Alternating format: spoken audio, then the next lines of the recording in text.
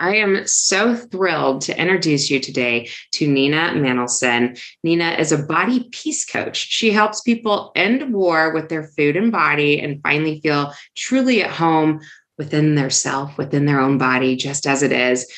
She brings 30 years of experience as a therapist, nationally board certified health and wellness coach, body trust guide, and psychology of eating teacher to helping women create a respectful and trusting relationship with their food and body. Welcome, Nina.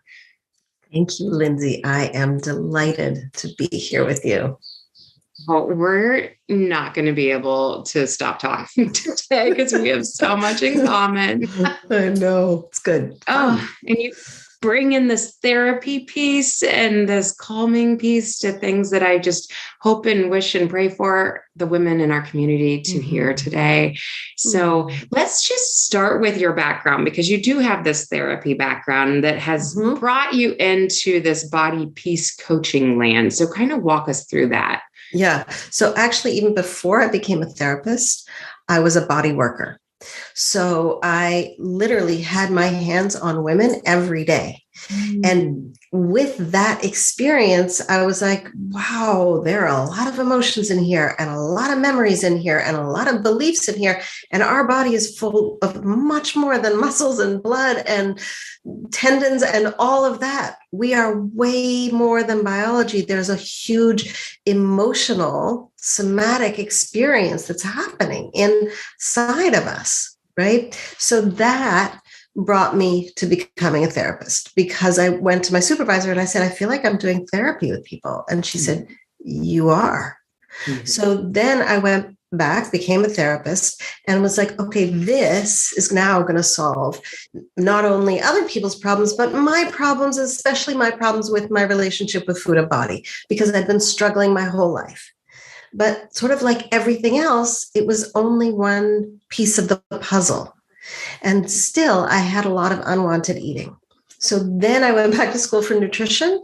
And then I started pulling those pieces together. The somatic piece, what's happening? How do we feel in our body? What do we feel emotionally? What are our beliefs? The psychological aspect. And then also, of course, what we eat matters, the nutritional aspect, right? What works for our body. There I have a phrase that I love that I've used for years, which is love the food that loves you back. Like, what's the food that makes you feel fantastic, that makes you have that yummy hum inside? But so it wasn't until I put all of those together that I was like, oh, this is what is making a difference for my relationship with food and body. This is cracking open this kind of, it felt like this mass that was just impenetrable, right? I felt like I had tried all these things to get through the problem of my eating. And when I really walked through sort of the somatic, the psychological, the nutrition together, what I call the nourishment dynamic, then I was like, oh, this is starting to melt away. And that's when I started to be able to see what body peace really was and what it felt like and what it looked like and how to actually get there. This is so interesting, Nina, because I feel like you're describing perfectly what I think a lot of health professionals run into, if not all. You know, you talk to the personal trainer who's going, I just wish I had the nutrition component. I was the dietitian who went back and got my personal training license because I was like, I wish I had a little bit more of the fitness component. And I always say, I wish I would have double majored in psychology and dietetics. And I think doctors feel that way with nutrition. So to your point, it's all of it. And we have to be really open-minded to letting it all in. And we were starting to talk about this off mic too, but just not beating down that same door of like, I'm just going to do fitness to try to get to where I want to be, or I'm just going to do nutrition.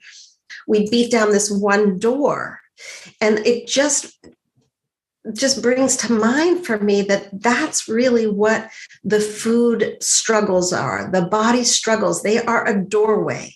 Right. And they're a doorway when we say, okay, I'm struggling with this. How do I open up to this? Is what we're asking is, how do I open the door to what's behind, what's going on? Right. It's really important to know that it might look like the problem is what I just ate. But the problem actually is a much bigger issue. It's a cultural issue. It's how we've dieted for centuries issue. It's, a belief system issue. It's a hormone issue. There's so many issues baked in. And when we keep going, if I could just change what I eat, then all would be well. And it's not that simple. And we do need to look at our issues of food and body as a doorway into our deeper issues. What are our longings? What are our desires? What are our needs? What are our default feelings when life gets hard for us? Right? So there's just more in there, is what it brought up when you said, we beat down this doorway. Is actually we want to open that doorway and say, there's more in here. Yes. And so I'm picturing the listener going, okay, I can picture the doorway now. I can picture that I need to open it. Yeah. And then I think that's where a little bit of the anxious feelings come in, the anxiety, I hear you, but I don't even know that first step. I walk through and then what? Walk us through that. Yeah. So what's so great is that moment of, so I hear you, but I don't know what this means. So I'll tell you exactly what this means. This means you're starting to have a relationship with your body. That's what it means. It doesn't mean, I'm going to walk through and I'm going to start stepping on this body peace path and I'm going to trippity trip. And I'm going to be I'll go through A, B, C, D, E, and then ta-da, I am at the final destination. That's just not, we know that's not how life works. We know that, right? We wanted to. We desperately want. And that's actually what the diet industry sells us. Just do this for 7 days and you'll lose 7 pounds, right? That's let me get on the path and I don't have to think and I don't have to feel and I just do. And poof, I get sent out on the other end of the conveyor belt, all fixed. But again, that's just not real life because our issues of food and body are dense.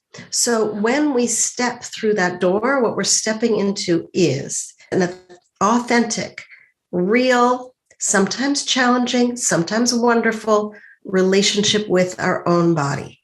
That's the core of this work.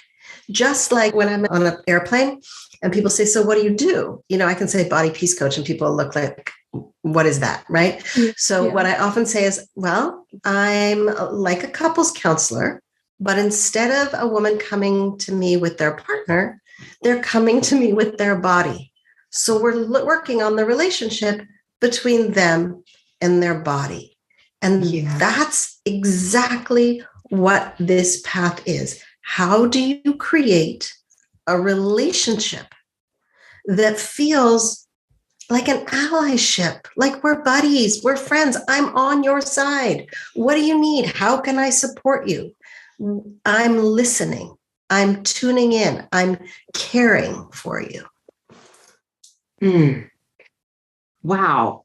Again, you're so good with these visuals, to say it as couples counseling.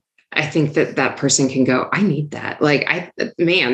That's my clientele. Biggest part of the battle is the brain and our self-talk. And we can hear that our self-talk needs to change, but then we can walk right back out the door and say the next mean thing to ourselves. So that mean thing, oh my gosh, I call her the mean mirror voice. Yeah. So that mean voice, when you're talking about first steps, even noticing that mean voice is very powerful. Don't underestimate, say, I'm just still talking mean to myself, but don't underestimate the power of going, and there's a mean thought. And there's a mean thought. And there's another mean thought. Oh my gosh. And counting them. How many? And would I talk to anyone else this way? Right? The more we can catch it, right? This is when we get into neural pathways, right? So neural pathways being the way that our brain works. And one of the things we know from neuroplasticity is that we can change that. But we can't necessarily change the way I think about neural pathways, speaking of visuals. So I grew up in Montreal. Winter Olympics is like our religion. So you would always see luge runs, right? It's like those really high-tech sleds that go down for 6 seconds at 1,000,000 miles an hour. So that's our brain with the neural pathway. So a lot of women have that experience when they look in the mirror and without even thinking, they're like, oh, my butt. Oh, my thighs. They didn't think, oh, let me look at my butt. Let me assess my butt. Let me decide what I think about. It just happens, right? You're at the top of the illusion. Whoop, you're at the bottom of the hill without even thinking, feeling bad about yourself. That's the neural pathway. That's how our brain gets into that negative thinking. Now, one of the things about a neural pathway is we don't halfway down go, maybe I'll take a turn here. That's not how a luge run works. It's already worn. It's going down full speed. But what we can do is at the top go, oh, negative thought, and then, or negative comment. And then it goes down, but we saw it at the top of the hill. And then the more we can see that thought at the top of the hill, then we can go, wait a second, that's mean. And what would be a kinder thing to say right now? When you brought up that issue of our negative self-talk, there's so much power and it's so juicy in that realm of how we speak to ourselves. One of my clients once said, when she started unpacking it, she said, oh my God, I have been in an abusive relationship for 30 years with myself. Right. For 30 years. Like these are things that have been ingrained, and that, back to your point of these pathways are like so carved out that there is hope, right? And I think that's what our listeners need to hear today. Even when it's that ingrained, we can still carve out new pathways. Yes. But it's just going to take some work.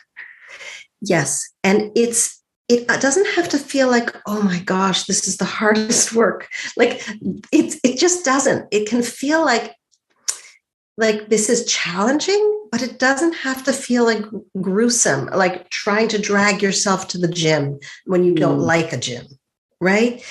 If you don't like the gym, let's find something else that you do like, right? Walking into self-compassion doesn't have to feel like a chore.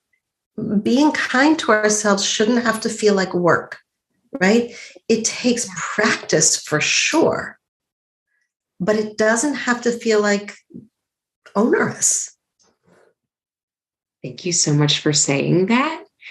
We are so used to feeling like anytime we're going to find success somewhere, we have to work so hard. It's the blood, sweat, and tears that have to come with it. And it doesn't. To your point that, man, if we could look at a journey and go, we could have some fun with it, we're going to have to show up to it every day. It's not like we're going to a gym and having somebody work us out so hard that we're so sore we can't walk for the next 3 days type of feeling. Right. You don't want to go back to that. Right? Yeah. You don't want to go back to that. Our relationship with ourselves, we want it to feel good. We want it to feel, oh, I'm a fun person to be with. We want to actually be with ourselves instead of, oh, that body that I have to get dressed with every day. Oh, no, not her. My clients talk about it living next door to their bodies, right? No. Like, let's live together. It's fun. We have this. Move them in, right? Let's embody, let's inhabit our bodies, because honestly, it's the only place we get to live this lifetime. Let's make it fun. And it's a question I actually been thinking about a lot, Lindsay, which is how many people don't enjoy being in their body, right? I was watching my brother, who's an athlete, and he loves being in his body. Right? He is doing long distance swimming and crazy cross country and freezing cold, and he loves being in his body. So I was watching him and I was thinking about one of my clients, and I was like, here we go. How do we get to this place where it's fun? It's like, this is a good place, instead of, the only way I can be in my body is to be managing her. Right? So I'm going to be in my body. So how many calories? How long do I have to work out? This feels like a chore. When do I? That's not a relationship that's sustainable.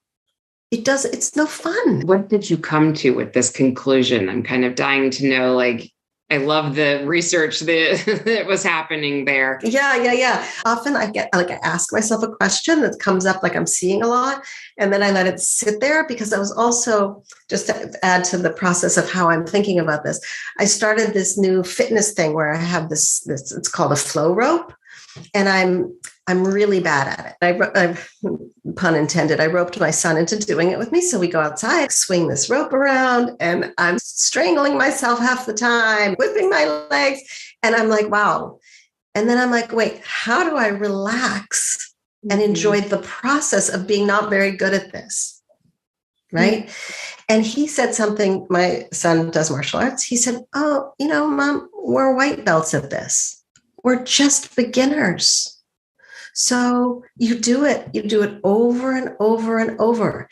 So I was like, okay, so there's the practice, but how does this practice be fun instead of me giving myself a hard time that I'm so bad at it? So there we're back in this question of how do we make it possible to inhabit our body in a fun way? Mm-hmm. One is humor. The more I can laugh at myself while I'm swinging this thing about, it makes it a little bit better. Two, company. Company really helps. Having someone to go with. Over the course of my work, I used to work only individually because I was trained as a therapist, and more, most of my work is with groups of women.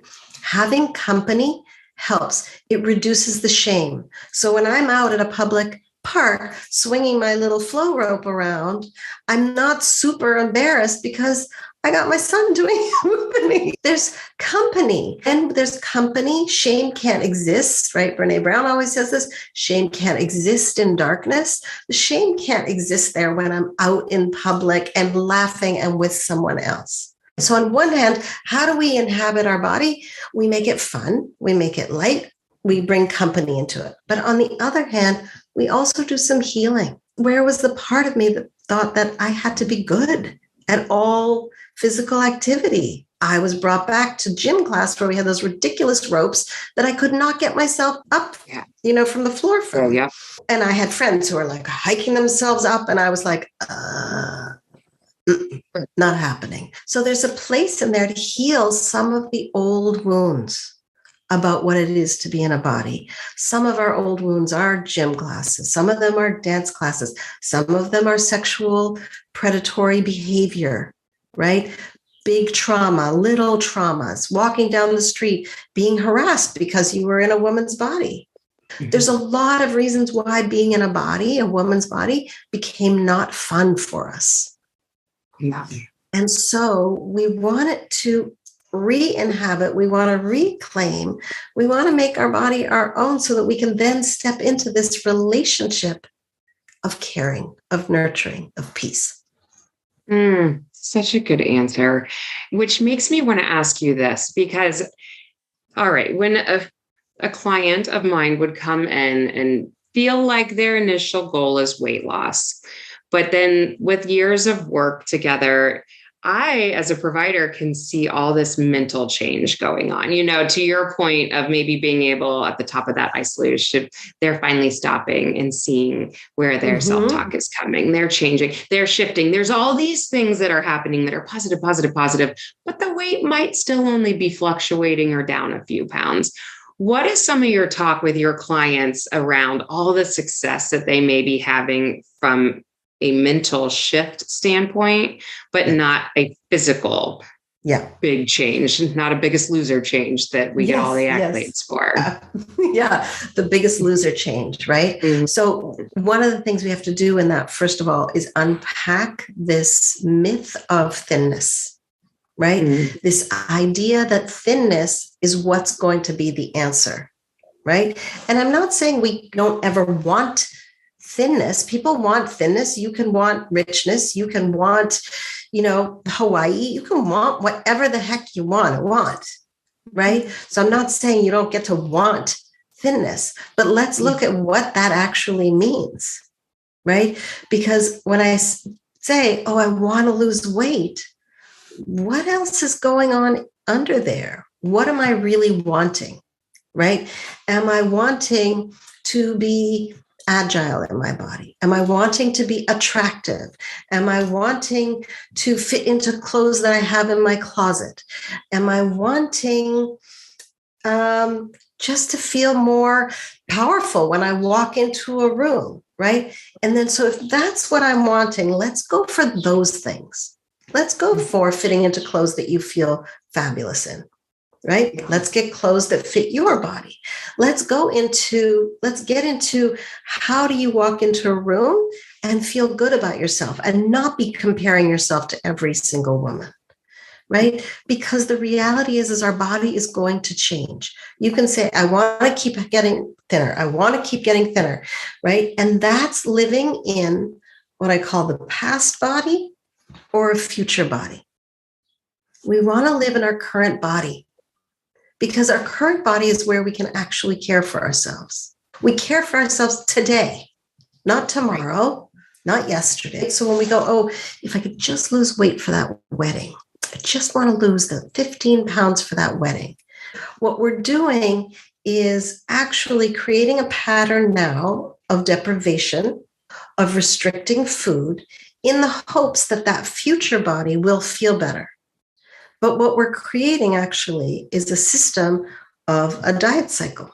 Because as soon as we get into the deprivation, most of us who have dieted have had this happen once or twice, right? We get in, we start, okay, I got this new plan. Great.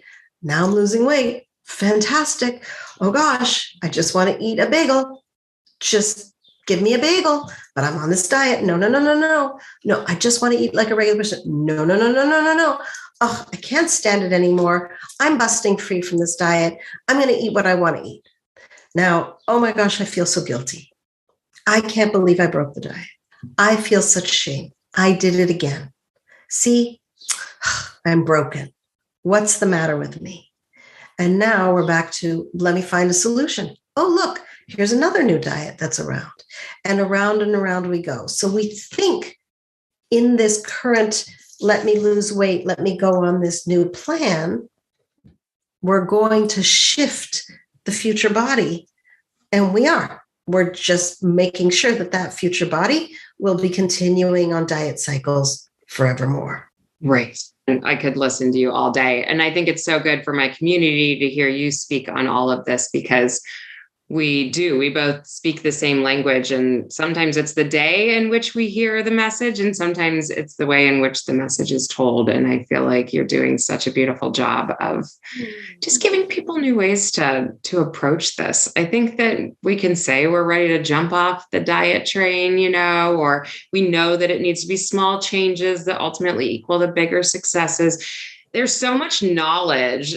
And then it's like, it's how do you stay in that good brain space, to your point of going, I know what I'm fighting for. I know that I want to feel good in my clothes when I walk out the door. But when I hit that moment where I do walk in and I do judge myself against another person, it's like, we need that coach or we need that person to bring us back and say, no, here's what you want. This is your desire. And I can just picture your clients walking through your door going, I'm in a safe, good place right now. Yes. There's that feeling of good. Friend from high school who is wearing a string bikini in Tahiti with a caption that says, just lost 100 pounds on keto. And suddenly you were like, oh my gosh, I'm feeling really zen in my body. I feel relaxed. I'm not buying into this diet culture. But now, oh, maybe I should do that too. And we're back into body management in 2 seconds flat. Right? Yeah. So it's not that life doesn't impact us. That's an important thing to realize. Like, we will be impacted by the photoshopped billboards, by the diet ads that are coming fast and furious, by the whole rhetoric around summer bodies and being bikini ready and beach ready. We will feel that. That is a $72 billion diet industry trying to get us to get back onto a diet and to say, I see you. I see what you're trying to do. If we can zoom up for a second and not just from I see what you're trying to do, which is get me back on a diet and have me keep going in disordered eating for the rest of my life. But I also see what you're trying to do and have done to women since the beginning, which is diminish our power. We have way more important things to do than count calories and put food on scales and figure out grams. Like, really, we have better things to do. And we can do that when we claim our body and feel like, yeah, I'm okay. I'm comfortable in my skin. I'm good this way. Yes. So again, like hope story here for anyone going, I'm trying to shift that direction. Like, do you have a specific, I guess yourself too. I mean, you've said that you've really come out of this. What's your hope story? Where was your like, oh, I'm different. I'm recognizing I'm different.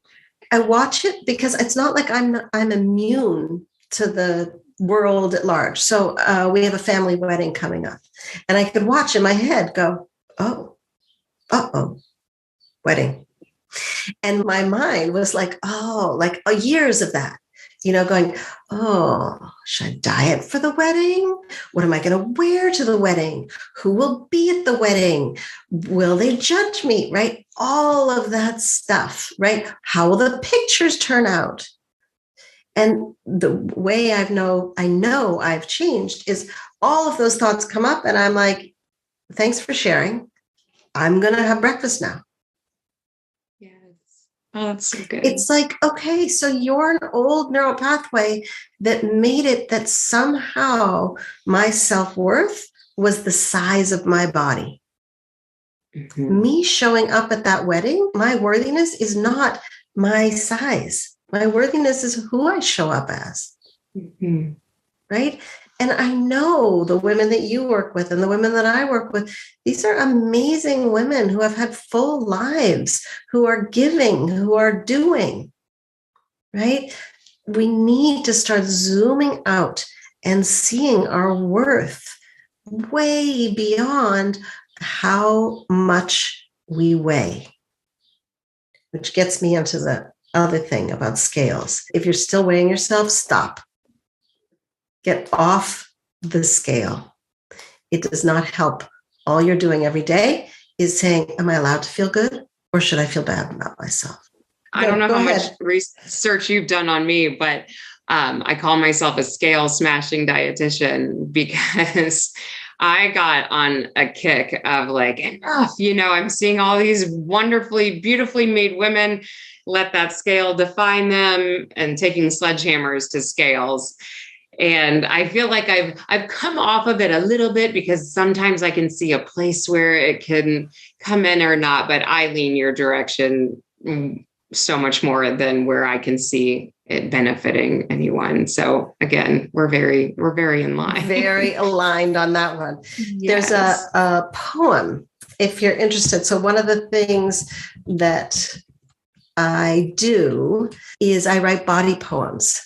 So I write poems about our relationship with our body. And one of the poems that I wrote was called Please Don't Weigh Me. Can I read it to you? I would love it. Yes. Okay. And this is in response to both my experience and to clients' experience going, but I have to go to the doctor. What do I do? Right? And what do I say to them if I don't want to be weighed? And I feel triggered every time I get weighed. Like, what do I do here? So I wrote this poem. It's called Please Don't Weigh Me. She asked me to hop on the scale. I said, no, thank you. She said, we'd like to get a baseline for your health since you're a new patient. I said, I don't subscribe to the belief that weight determines health. There are more powerful metrics that paint a picture of my vitality. Another day, she asked me to hop on the scale. I said, no, thank you. She said, we're a surgical practice and we need your weight to determine anesthesia dosages. I said, of course, if I need to have the surgery, I'll get on that scale. But right now we're just having a conversation about the possibility of surgery, not actually prepping for it. Another day, She asked my daughter to hop on the scale. I said, no, thank you. We don't weigh ourselves. I know that your mission is to support healing, but your scale and you weighing my daughter is not healing. It's harmful. It buys into diet culture's message that thin is better, that there's a specific number that we're aiming for. Your scale interrupts my daughter's ability to trust her body. Your measurements have her measuring her self-worth against a number. I'm fighting for my ability to listen to my own body cues. I am desperately trying to defend my daughter from the impact of a culture that values a particular size over substance. I am advocating for women to have a relationship with their body that is based on internal cues, not external numbers. Given my history of dieting and scale addiction, if you weigh me now, you will be doing harm to my mental health instead of supporting my overall health. So please don't weigh me. Oh, we need this printed off and put in every room, house, bathroom, wherever somebody goes, and that temptation to jump on.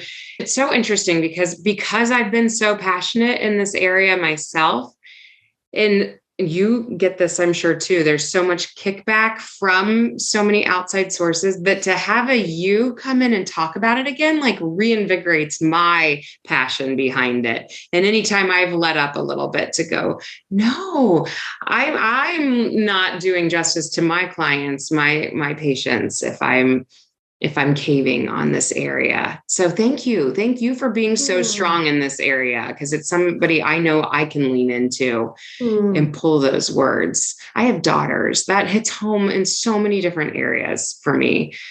I was so mad. The school nurse sent home a letter one day and was like, we're going to be weighing your kids, and they will, in their folders, be bringing home their BMI and weight and what it means. And I literally fast as I can, typing this. I'm sure the school nurse is like, oh, what is wrong? Fine, we won't weigh your daughter. I'm like, it's not just my daughter.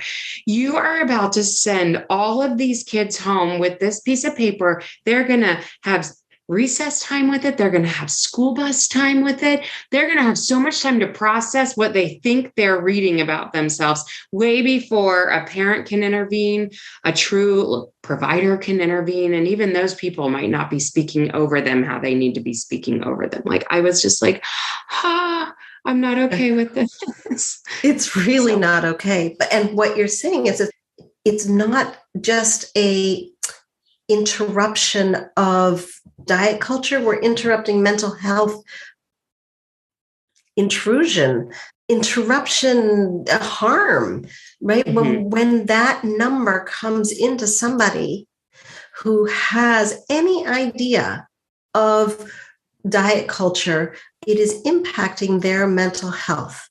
Their mental health is being strained because they're suddenly like, oh, I'm not good enough. And there's no number that's good enough. That's the problem. It's not like, oh, great. No, excellent. You're this number. Fine. Tick. Now what? So now you're supposed to stay that number forever. I hear that a lot from clients. Oh, I was the right weight when I was 18. Wait a second. So now we're always trying to get to 18 because somehow that was the right number. And the reality is bodies change. That's the experience of aging. That's the experience of life cycles. That's the experience of seasons. That's the experience of injury, illness, COVID, a million things. Bodies change. It is what we do. And so to say, here's the right number, is taking something that is inherently organic and changing and trying to make it static. Yeah. Right. It just doesn't work.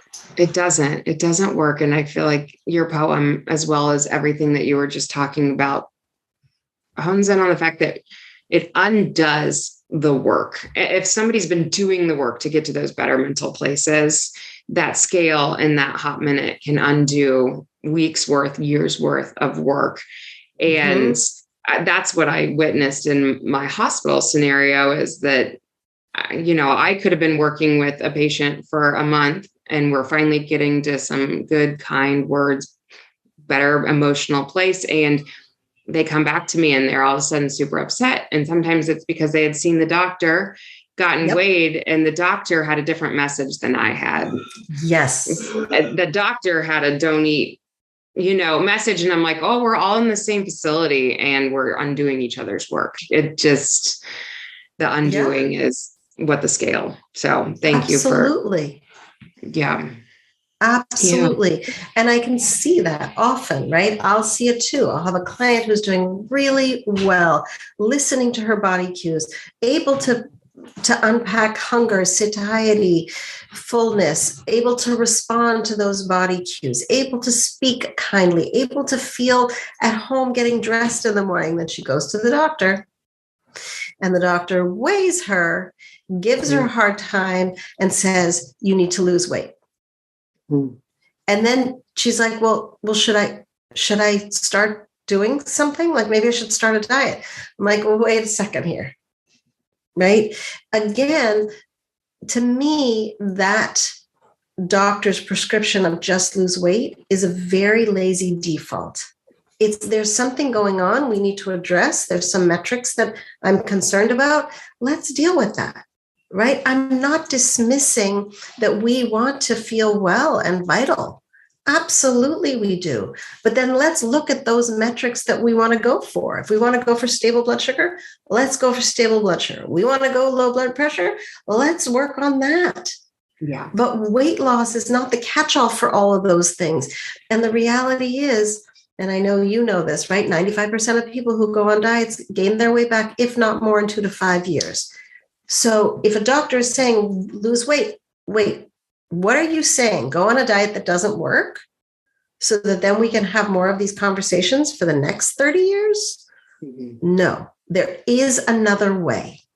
And that way does include feeling good. That way does include taking care of oneself.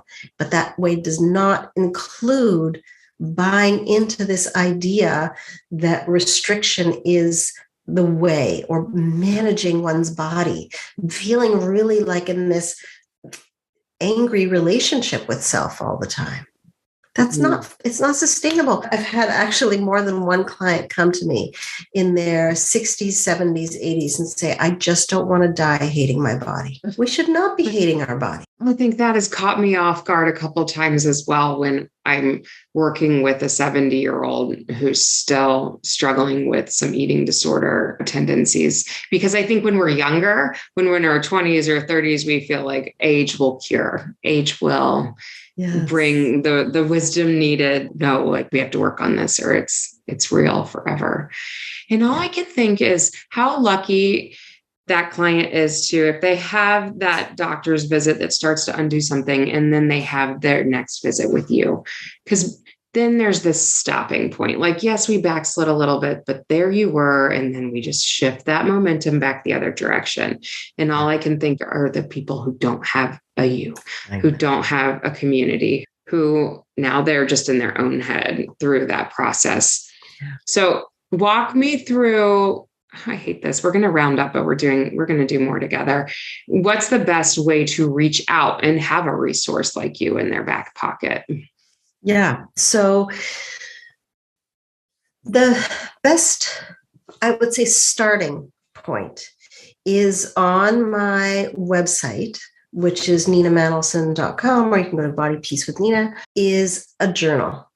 It's called Practicing Body Peace. And it's a journal, and it includes some of my poems, but next to each of the poems is the questions. And they're questions, really, they're relationship questions. They're therapy questions. They're questions to invite you to start going, hey, how is this relationship going? Where am I with this relationship? To start unpacking it. So I highly recommend just picking up that free journal. You can print it out. It's really pretty. There's space to write in it, and you can also write directly on your computer with it. It's set up both ways. But what that does is start a conversation with yourself. Because as we talked about in the beginning, that's the most powerful thing you can do, is start going, this is a relationship. And I don't know that it's the relationship that I want yet, but it can be. So the way that I'm going to do it is start actually creating a dialogue with myself and my body. So that'll get you started in that way. And if you want to talk to me, reach out to me. You can find my contact info on my website as well. And I will put the direct link to your journal and website in our show notes, so that'll make it easy for everyone. You've already said so much, but I do ask all my interviewed guests this question. If you could wrap your arms around our listeners today, if they're kind of in a frazzled place and they only could hear one thing out of what you were talking about, what do you hope and pray that they heard out of you today? That you can feel at home in your own body. That it is your birthright to feel good in your own skin. There's a French saying that I grew up hearing called "Je me sens bien dans ma peau." It means I feel good in my skin.